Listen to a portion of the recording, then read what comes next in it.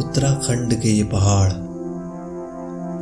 इन पहाड़ों पर बसे ये खूबसूरत छोटे छोटे गांव, और इन गांवों से गायब होती यहाँ की संस्कृति।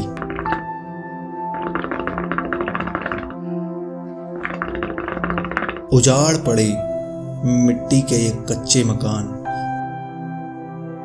सुनसान हुई यहाँ की ये सड़कें, जो आज भी गए अपने लोगों के लौटने की राह तक रही हैं। ऐसे ही एक गांव की बात होगी आज, और क्यों ये खूब चहल पहल वाला गांव जिसे मैंने कभी बचपन में देखा था, आज इतना सुनसान है। जसपुर। ये कहानी है जसपुर जैसे उत्तराखंड के कई गांवों की, जो कभी खुशहाल और आबाद थे। तो ऐसा क्या हुआ इन गांवों को और इनमें रहने वाले लोगों को, जो जीने की दौड़ में जिंदगी को पीछे अपने गांवों में छोड़ शहरों में जा बसे हैं। मैं जानना चाहता हूं उनसे, क्या उन्हें कभी अपने अस्तित्व की याद नहीं आती? क्या शहर की तेज दौड़ती जिंदगी में वो गांव का सुकून भी भुला बैठे हैं? कुछ ऐसे ही सवाल थे मेरे मन में, जिनके जवाब तलाशने निकलूंगा आज मैं। तो आइए इस दिन की कहानी की शुरुआत को शुरू से शुरू करते हैं।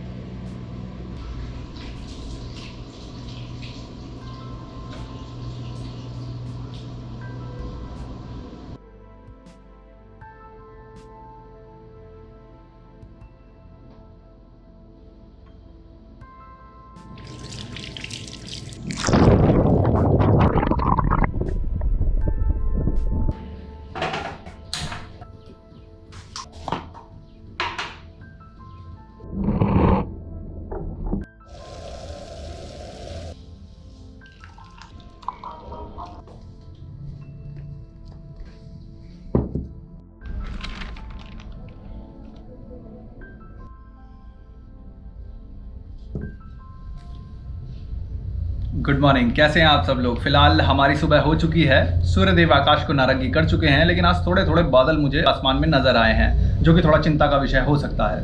फिलहाल आज के दिन की बात कर लेते हैं। थंबनेल देख के आप समझ ही गए होंगे कि आज हम कहाँ जाने वाले हैं, पर फिर भी थोड़ा सा आइडिया मैं आपको दे देता हूँ कि आज हम कहाँ जाने वाले हैं। आज हम जाने वाले हैं एक ऐसी जगह पे जहाँ मैं बचपन में जाया करता था गर्मियों की छुट्टियां बिताने के लिए। ये उत्तराखंड का एक गाँव है, मेरी बुआ वहाँ रहती थी। अभी तो वो शी पास्ड अवे, तो इसके कारण हमें वहाँ जाना पड़ रहा है। कुछ पूजा जो हम उत्तराखंडियों में होती है, जो हमें करनी पड़ती है, तो उसी के लिए आज हमारा वहाँ जाने का संजोग बना है। तो इस वीडियो को पूरा देखिएगा, बहुत मजा आने वाला है। लगभग 15 साल के बाद शायद मैं वापस उस गाँव में जा रहा हूँ, तो वहाँ जाके ही पता लगेगा कि क्या क्या बदल चुका है। हालांकि जसपुर ही नहीं, काफी गाँव उत्तराखंड के बदल चुके हैं, काफी सारे लोग गाँव से पलायन कर चुके हैं, और ये देख के दुख भी होता है। और इसी चीज़ के लिए मैं एक छोटी सी शुरुआत ये करना चाहता हूँ कि वहाँ पे जाके देखना चाहता हूँ कि ऐसी क्या समस्या है कि जो गांव के लोग, जो गांव के नौजवान हैं, वो शहर की तरफ पलायन कर रहे हैं। तो चलिए अब मैं फटाफट अपनी चाय खत्म करता हूँ और फटाफट जो है अपने सफ़र के लिए तैयार होता हूँ और निकलता हूँ। अरे इंट्रो तो अपन करना ही भूल गए। तो हेलो, नमस्कार, आदाब, सत श्री अकाल, तो की हाल चाल। देखा, इंट्रो करते करते रेडी हुआ, टाइम वेस्ट नहीं करता मैं। चलो भाई, पैकिंग वैकिंग तो हो गई है। ये पन्नी चढ़ानी पड़ी मुझे क्योंकि बरसात का मौसम है, और अब चलने की तैयारी है। चलो भाई, जय हो बोले बाबा। आराम से जाएं और आराम से आ जाएं। तो फिलहाल हाईवे हिट करने से पहले हम लोग जाने वाले हैं एक दोस्त के पास, क्योंकि मुझे उससे कुछ सामान लेना है। वो है मेरा फ्रेंड जो हाथ दे रहा है सामने से। भाई साहब नमस्कार, कैसे हैं आप? फिलहाल ये है वो सामान जिसके लिए मैं इतनी दूर आया हूँ, बोया का माइक। ये हमारे राणा जी है, जो इन्हें नहीं जानते हैं, चरैक वाला व्लॉग देखिए हमारा, लिंक आ रहा होगा डिस्क्रिप्शन में इस वीडियो के बाद। तो तो चलिए फिलहाल सामान तो हमने ले लिया। ये जो लिया है मैंने, ये अभी मेरे फ्रेंड राणा जी ने हमारे PYMM1 करके ये माइक है, बोया का माइक है ये। तो इसको मैं थोड़ा सा टेस्ट करना चाह रहा था लेने से पहले। तो चलिए अब कोटद्वार से निकलने का वक्त हो गया और अब आपसे मुलाकात होगी सीधा हाईवे पे। तो कुछ इस तरीके से कोटद्वार से निकलने के बाद आपको हाईवे मिलता है। चलिए फिर अपना सफ़र शुरू हो चुका है। वैसे तो सफ़र घर से निकलने से शुरू हो गया था, लेकिन ये थोड़ा हाईवेज़ पे आप, मेरी गुजारिश होगी आपसे कि हाईवे पे आप थोड़ा सा ध्यान रख के चलिएगा। ये देखिए ट्रक देखिए, ये पूरी तरीके से लोडेड ट्रक है, बजरी वगैरह रेत वगैरह ले जा रहा है और आगे से एक ट्रक और आ रहा है।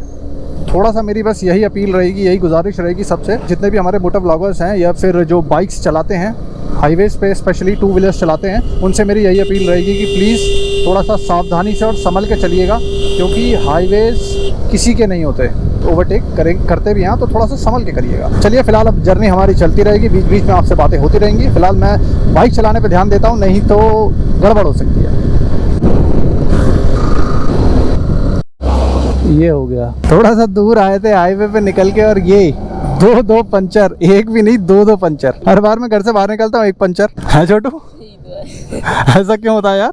ये टायर पे अभी टायर कम है और पंक्चर ज्यादा लगे हुए हैं। हम लोग यहाँ से हरिद्वार जाएंगे। हरिद्वार पे मेरा कजन मुझे मिलेगा, अभी होपफुली देखो जल्दी बन जाएगा, तब आगे रोड पे मिलते हैं आपसे।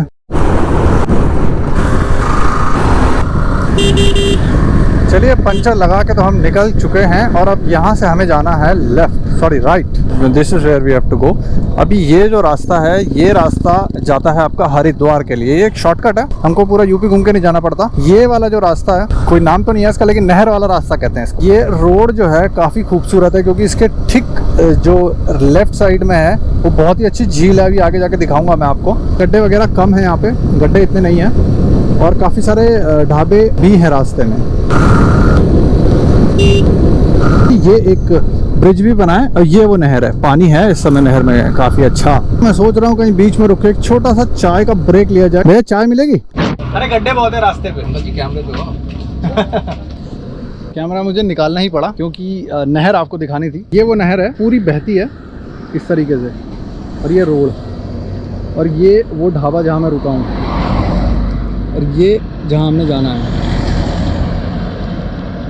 ये देखिए फ़ोन भी मुझे लग रहा है विपिन का आ चुका है मुझे। दूसरी कॉल पर व्यस्त है, कृपया प्रतीक्षा।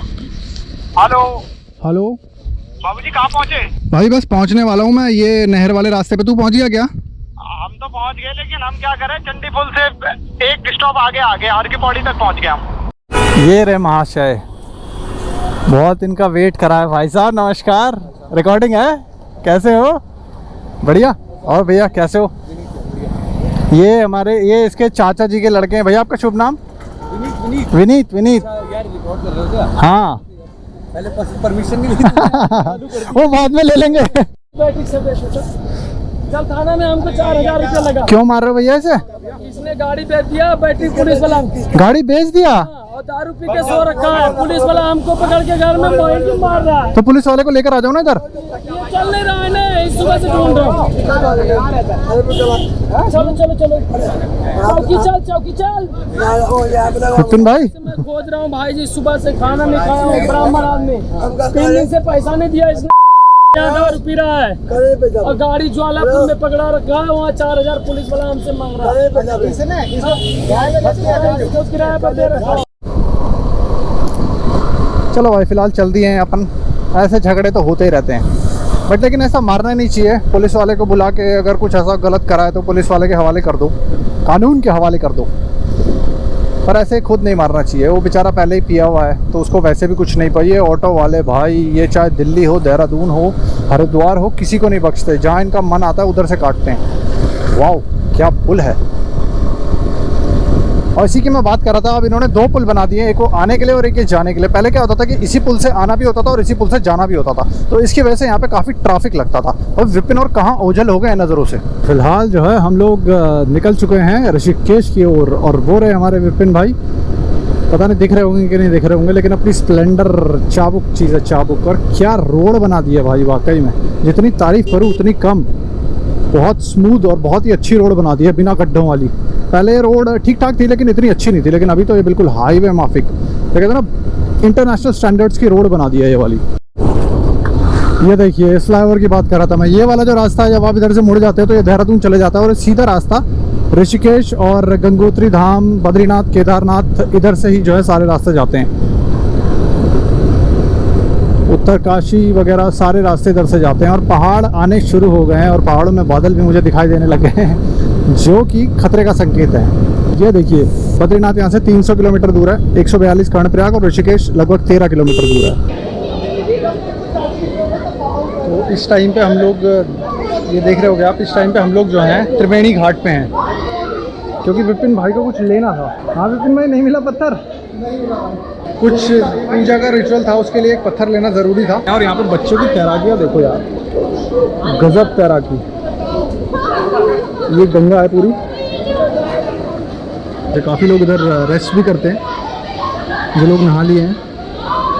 और ये इस तरीके से घाट है।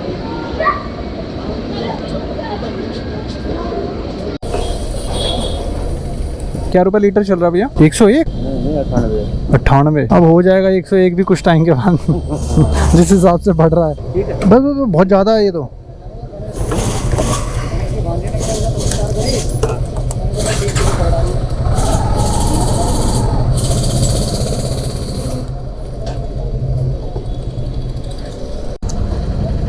कुछ थोड़ा खाने के लिए खरीद रहे हैं गांव में।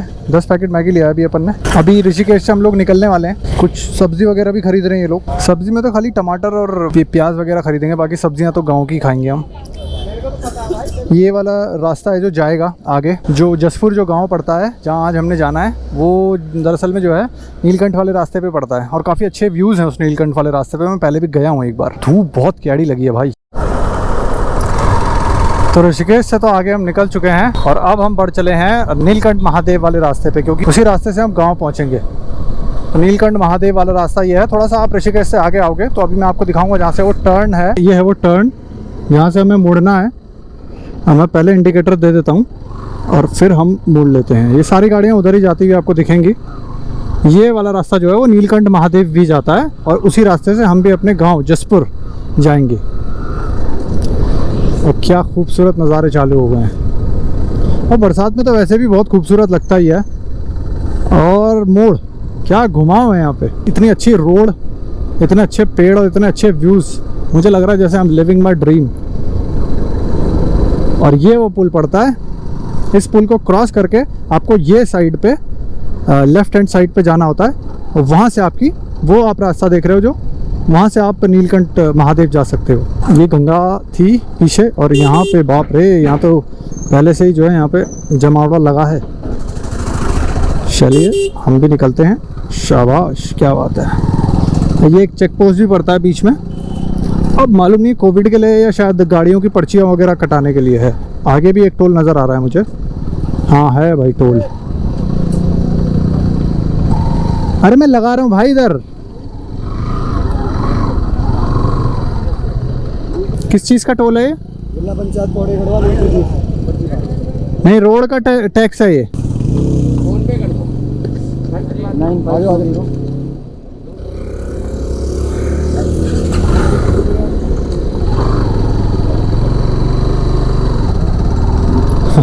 विपिन और तो आगे भाग गए लेकिन मुझे टोल देना पड़ा 20 रुपए। कोई बात नहीं, कोई दिक्कत नहीं है।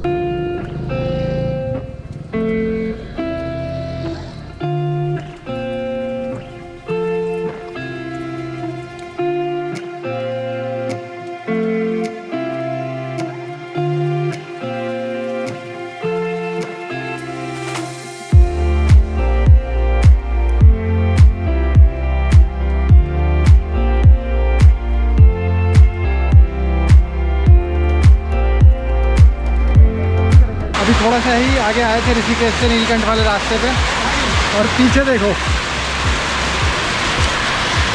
खतरनाक बारिश। खतरनाक बारिश हो गई। नितिन भाई कैसा लग रहा है आपको? मज़ा आ रहा है? मज़ा भाई कैसा लग रहा है? बिल्कुल यार, बड़ा मज़ा आया। मज़ा आ गया बारिश में बैठ के आराम से। हाँ, ये बारिश का मज़ा तो आता है, लेकिन अभी हम पहुँचे नहीं अपनी जहाँ पे हमको पहुँचना है। होपफुली ये थोड़ी देर में बंद हो जाएगी। अभी विपिन ने फ़ोन किया था, आवाज़ भी नहीं आ रही होगी, टाइम बता। विपिन ने गाँव में फ़ोन किया था तो उधर तो धूप लगी है ना, उधर तो धूप लगी है मस्त। लेकिन यहाँ पे पूरा, इसलिए मैगी ऑर्डर करी हमने, कहा जब रुके तो मैगी खा लेते हैं।